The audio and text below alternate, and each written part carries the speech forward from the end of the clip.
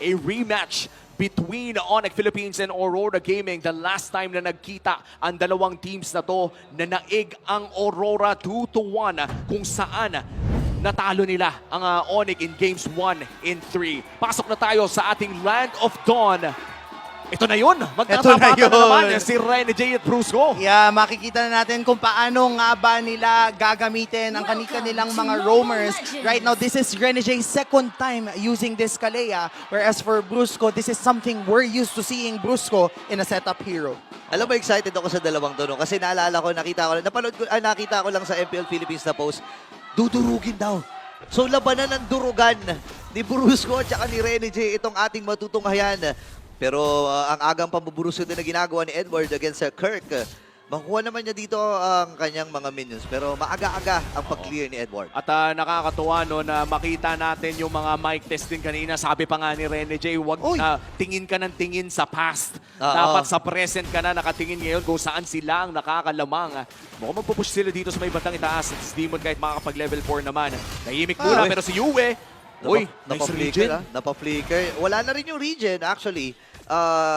And Aurora ngayon ay medyo binabagalan lang yung galawan kasi alam naman nila yung composition ng lineup nila ay hindi talaga pang-ratratan. At sa pagsilip natin sa Infinix in-game equipment, confirm ko lang, no, bakit nga ba Demon Shoes na ang binibuild ngayon sa Eve? Yun na ba talaga yung standard since dati pa? Yeah, parang nung unang nilabas Eve, Demon Shoes talaga. Pero nung nagkaroon ng adjustment doon sa kanyang mga skills, nagkaroon lang ng parang either yung CD Boots or yung Arcane.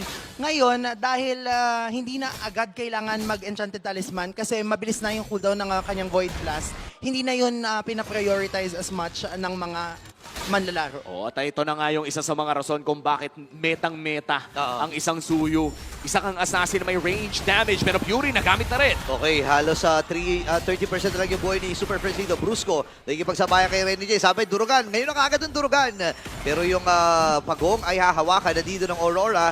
Layuan mo na dito ang Onyx Philippines. Sabi ni Kingo, sige, magpo-purple na lang ako. Ibigay nyo na kaagad yan. Pero sabi ni Rene J, hindi, walang ibibigay. Kirk dito ay kalahati na rin yung buhay. May plano pa ata silang pagkakaw doon pero aatras na rin ang Aurora Gaming. At buti na lang na pull ni King Kong doon sa loob ng bush yung purple na yon. Dahil siguro kung naka-expose ay Genie pa ng Aurora yun. Yeah, yung aggression na pinapakita ng Aurora after converting that first turtle is something na kailangang respetuhin ng Onyx Philippines. Yung sinasabi nating late game, pinabibilis ng Aurora ngayon. Grabe yung ginawa ni Edward doon. Sinong mag-iisip na within 3 minutes may tatakbong Hilda sa lane mo para ultihan ka sa ilalim ng Torre. At mukhang ginamit pa nga dito ni Kirk ang kanyang Primal Wrath para makapag-push lamang. Slight gold lead here para sa Onyx Philippines. Pulso ng madla. Lamang ang Aurora. 56% to 44%. Also, may napansin ako kanina, no?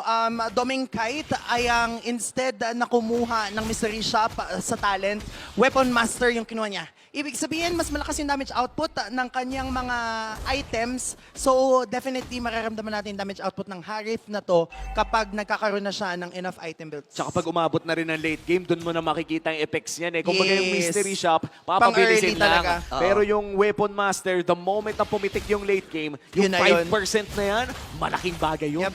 Sobrang importante niyan. Lalo na yung composition naman ng yung Harith naman kasi basically item dependent din. Kapag yung mga attack item mo or yung mga magical item mo napuno mo na kagad, talagang super masusulit mo yan.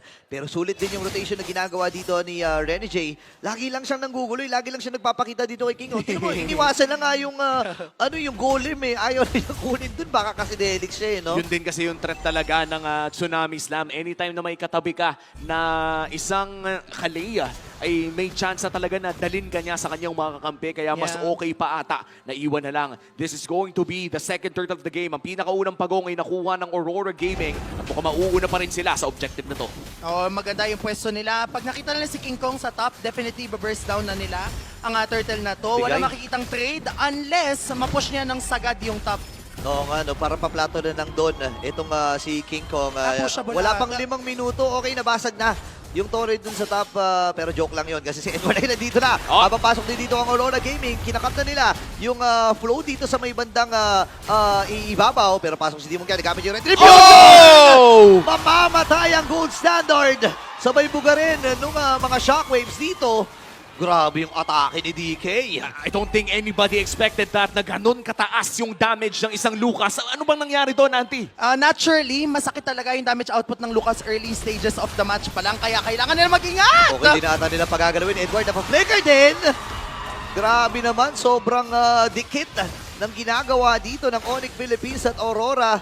Kaya lang 2,000 na yung kalamangan at nahirapan Wala din. ka. Dito si Kera at ngayon naman, si Bruce ang hinahabol. Dominic ang magiging puntirya. Sakto din yung dapat dito ni Curry. Kera nakabawi din against Renny J. Nailapag man yung Zaman Force pero hindi na nakapitalize si Dominic at kailangan niya umatras. Parang medyo nang gigil si Rene J doon. Brusco going in for the ejector outplay.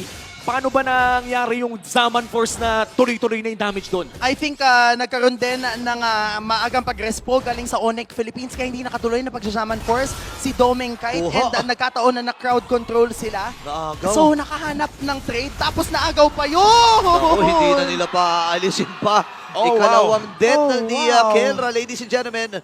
Medyo bibihira to, ha? Yeah. Yun nga eh, I was about to open it up na isa ito sa mga napaka-rare na instances pero si Edward muna ang bibigyan nila. Isa Pinalipag! pero pinilipag na rin ni Reggie dito sa may bandang likod. Si Yuen tatama pero si Kirk naman ata ang susunod. Pero going back doon sa pinag-uusapan natin, grabe ang aga ng 2 deaths ni Kelra. Yeah, kasi grabe yung pagbaba ng Aurora. Kanina, ang bumaba ay si Demon Kite. Oo. Tapos ngayon, si Edward, tapos si Yue. Ang hirap talaga makipagmaikruhan kung 3-4 na kalaban mo yung nandun sa lane mo. Naka-fury pa dito si Kelra, no? Yes. So ibig sabihin, the moment na magamit na yung mga dash, pati yung mga micro-dash Wala ng nang kanyang Death labasan. Sonata, wala nang labasan pa. Last 2 turtles ay secure ng Aurora Gaming. Two-level At bukod sa Infinix Handcam, makikita natin paano nga ba magkaleya ang isang hitman. Oo. Pero paano nga ba yan? Sugod si Brusco! Okay, iba na ito na kagad. Kaya lang sobrang lambot din kasi ni Rene J. Ngayon natumba na kagad siya sa kamay dito ni Super Prince. Nakahula pagong. Pero si Super Prince ay nakadalawa din. Ready pa ba dito ang Onyx Philippines? Hindi na. 3 miyembro ng Aurora ay kailangan na ring lumayo.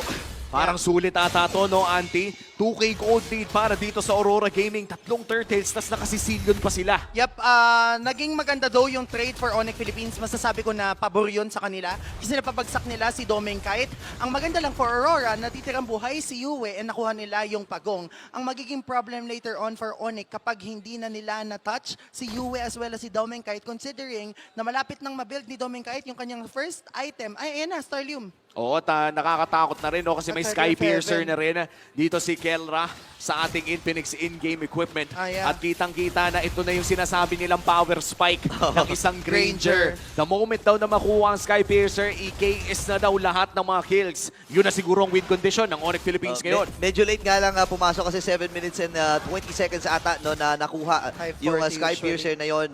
Dahil nga sa magandang pag-rotate at magandang pag-priority ng Aurora doon sa linya or sa lane dito ni Kelra. Si Rene J nag-aabang, ha? Nakita ata. Let's see kung ano nga ba ang gagawin nila, pero mukhang hindi matutuloy yung mga plays, magkakapalitan lamang. 8 minutes in, mukhang tumahimik ang Land of Dawn.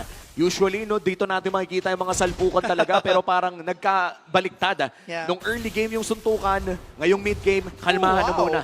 Ang taas ng damage output ni Yue, considering na early pa lang, ibig sabihin na ma-maximize niya yung kanyang Bats Impact at as well as Bats Feast. Nakakatakot to pag pumasok na tayo sa point na 200 na yung stacks ni Yue. Yeah, and I think for Yue, no, isa sa mga mages na tinaguri ang napakatapang sa Yeah. ating liga, na lumalapit Aray! talaga, pero Edward almost getting a kill against Super Prince, but almost is never enough. Pero nakakuha pa rin sila ng Tori doon sa gitna. Arauch ko po, isang power of fight din silang halos maubos yung buhay doon ni Super Prince. Hindi rin niya in-expect eh. Yeah. Kumbaga at this point pala, kailangan mo na rin respetuhin si Edward at saka yung mga hampas niya. At ito yung pinagtataka ko, no? Full tank build yan Ayun, no? kahit hindi kotse. Imaginein mo yung Hilda na yan, wala pang damage item, ganun yung damage. Yeah, naka-thrill din kasi si Edward in this Hilda. So, yung penetration as well as yung inherent damage ng Hilda, early stage, same concept sa Lucas actually, na masakit sa early game. So, yun yung kailangan tignan ng Aurora. Kasi kapag nandun na si Demon Kite at si Edward sa dulo, mabilis mag-burst down si Super Prince. Magko-contest kaya ang Onyx Philippines dito. Nakalapit na si Brusco, si Kelra, hindi pa. Okay. Edward, half HP. Okay, naiwasan doon yung Sanguine's Claw at may bibigay ng libre para sa Aurora ang unang Lord ng laban parang priority nila ni King Kong dito yung kanyang purple buff kasi medyo Denix nga naman pag isinabayan pa nila. Tsaka parang kung sinabayan nila yon, yung level gap between the junglers ay medyo magiging obvious as well. Tama. Looking at the Infinix in-game equipment, mukhang in terms of the gold lane ay nagkakasabayan naman pala tayo dito, Holy Auntie Anara. Crystal na. Yeah, yung naging performance si Kelra kahit kanina pa siya dinadalawan ay parang na-offset lang din kasi nakakuha siya ng isang kill as well as 2 assists. Whereas for Doming Kite, wala pa siya, hindi pa siya parte ng laban. I think binibuild na din niya yung kanyang Holy Crystal. So yun yung aabangan ng Aurora pagpasok ng unang Lord ng laban. Oh, at ang unang Lord ay nandoon na nga sa top lane. Bottom lane ay makakakuha na rin sila ng isang Torre at mukhang yung mid na ang isusunod ng Aurora Gaming. So far, nagiging maganda ang kanilang pag-manage ng waves at hindi pa nga late game si Silio nito. Oo, nakakatakot yung late game si Silio. Naisipin mo, early game pa lang ay bumabaon na kagad yung mga bats impact niya. And isa sa mga napansin ko, no, kapag may lumapit na hero talaga, click kagad ng bat space itong si Yue. Sobrang ingat niya. Kasi nga naman, napakahirap tumakas kapag nahuli ka ng slow nun no? Yep, and sobrang crucial ng magiging role na gagampanan ni Yue in a team fight. Right now, naka-divine glaive na si Yue. And 176 na yung stacks niya. Inaantay lang natin mag-200. I think by 11-12 minutes, 200 na yan. And pagpasok nun, ramdam at bumabakat na yung kanyang bats impact. Oh, Okay, binato dito. Itong si Edward. Boy! Pero nakaligtas pa rin! Ladies and gentlemen, ito na yung pagbawi ng Aurora. Sabi na, sige, kami naman ang lalaban. Pero hindi nag-go dito ang Onyx Philippines. Grabe naman si Mr. Consistent. flicker burnt, however, para sa parehas nating XP laner Kirk and Edward, walang flicker sa upcoming Lord fight natin. That will be the second Lord of the game.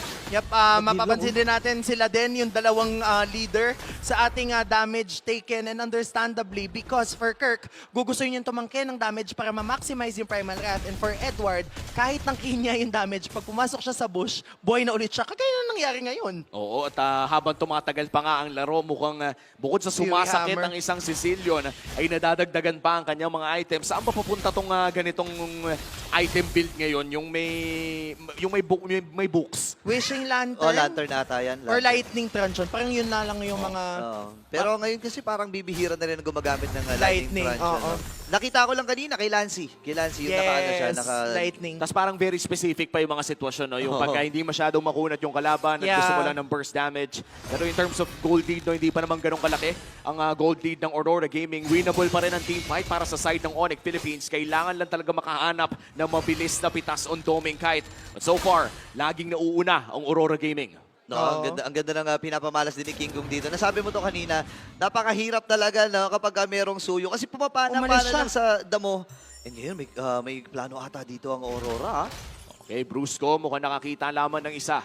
Lord ay nilagyan na ng bakod ng Aurora Gaming. At mukhang sisimulan na nga ito ni Demon Kite. Flicker is not available para kay Kirk pero si Brusco ay may flicker din. Medyo ma-update na si Lord. Pero mukhang si Doming Kite at Demon Kite ay nag-iipon pa rin ng kanilang enerhiya para sa laban na to. Okay, ngayon si Edward naman ang natalaga doon sa may pixel bush. Nakita ko, ang sakit na rin ang damage ni Demon Kite. Parang ang bilis lang ng mga hampasan, mga flash combo lang. Nangangaray na kagad itong Lord na ito. Pero si Rene J ang kailangan natin tingnan dito kasi nandun sa left mid bush. Oo, tsaka si Brusco na may flicker pero medyo malayo si Kelra. Layo. Di ata alam ng Aurora Gaming na nasa may bandang mid lane pa ang gold standard. Yep. But here comes King Kong resetting the Lord once again. Sinasayawan na ng dalawa sa mga pinakamalakas na teams ng Nakakaloka. Pilipinas ang pangalawang Lord na ito. At mukhang si Brusco ay nag-aabang lang ng tamang oras na gumawa ng play. The flickers are available for both teams. Hindi pa matatapos yung Lord Dance, Boogie Wonderland ang kanilang tema right now. At mukhang Onyx ang hawak ng agro.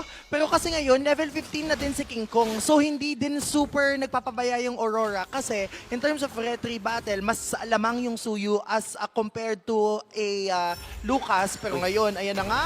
Ayan na, habulin natin nila kagad! At ipinalibag palikod itong si Bruso ngayon. Nailabag na rin yung Zaman Force, nag-aantay lang Onyx Philippines sa Sakit! pagkakataon. Nailabag na nga yung Ring Manipulation, pero likod na naging Wow! Demon Kite! Tumpak agad! Itong Monster Mage, si Demon Kite, Ubos! ay nakakanib din. Nakadalawa siya doon, pero 3 at 4 papala para sa Aurora ang buhay. Si King Kong na lang ang natitira. Ready ang buong kumunan ng Aurora na mag-dive. Insane timing mula kay Rene J. Nakita nila si King Kong sa taas at agaran silang pumasok. At ngayon si Ito King Kong na naman! lang ang natitira! O, ready ba silang tapusin ito? Merong catapult na kasama. Habang si Doming Kite ay nagbe-base lock na. Team Aurora takes game number 1. And what an engage, what a play from Hitman Rene J.